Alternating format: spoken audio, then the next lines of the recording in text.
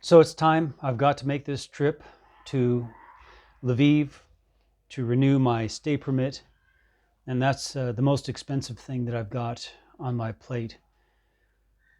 Um, I also have rent that's going to be due again soon, and then we got some bad news that they stopped feeding the refugees here in the locations of the refugees where I'm ministering. There are 4 buildings for the refugees here, dormitories, and they were bringing food here after the city council said they ran out of money, and the restaurant that was serving the refugees where you could get tickets and go and eat there uh, for free, right? Not me, but the refugees did, and that stopped. And then they started bringing food to the dormitories in the big like homeless containers, pots, and serving them. And not everyone was getting served, and so some of the dorms organized that better. But then that stopped. I think it was like yesterday or the day before, and that's over. Now I'm worried.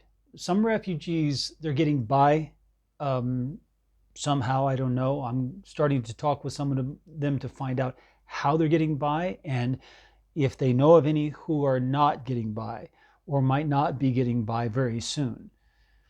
So one upside is that the UN has offered, at least for 3 months, some sort of very basic amount of money. It's like less than $100. It's like $70 or something each month, and then they have to go to the post office. They have to pay some money in order to register somehow, and then they get the money. So it's kind of some weird system, and then they've got to wait all day in line, and they might not get it. I know my translator's been trying for a week to get his money, and it's only for 3 months though, also. But that may be how some of them are getting by. Still, $70 to eat on for a month. I mean, someone could probably pull it off, but it's not very successful. So I need to find out which families or which individuals are not able to make it and verify that in fact that's the case. And then if you guys could help out, then we can get some money to at least help them with some food. I'm also trying to get the local businessmen to meet and brainstorm and see what we could do with the local businessman providing something.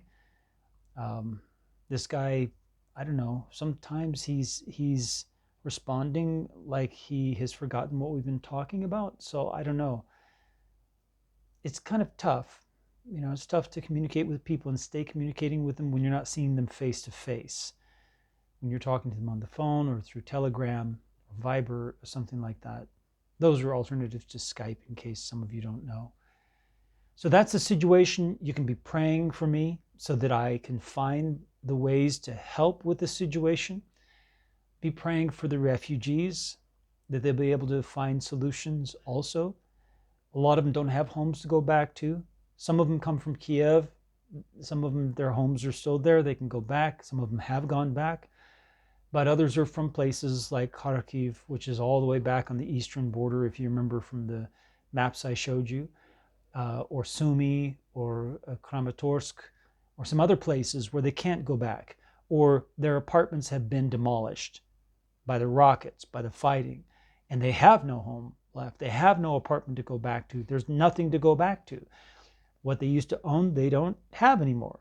There's no physical place. So they're here.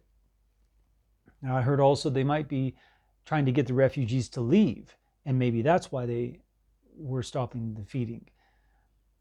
I heard some other rumors too about it, so I'm going to try to verify that before I start saying it here on a video.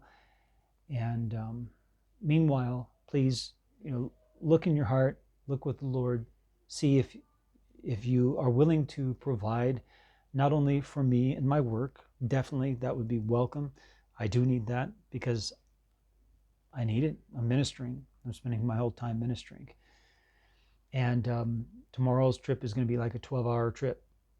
So I'm going to be on the road all day. But if you can provide for me, that'd be great. Anything that you find in your heart, to provide, that'd be great. And then if you could also think, some of you, if you could think, if you've got something that you can provide extra, again, like I said before, I look for specific individual needs with Ukrainians, like food, right? And then I provide it for them. May the Lord bless you, especially as you are generous with your heart. And may He bless you as you seek Him with all your heart.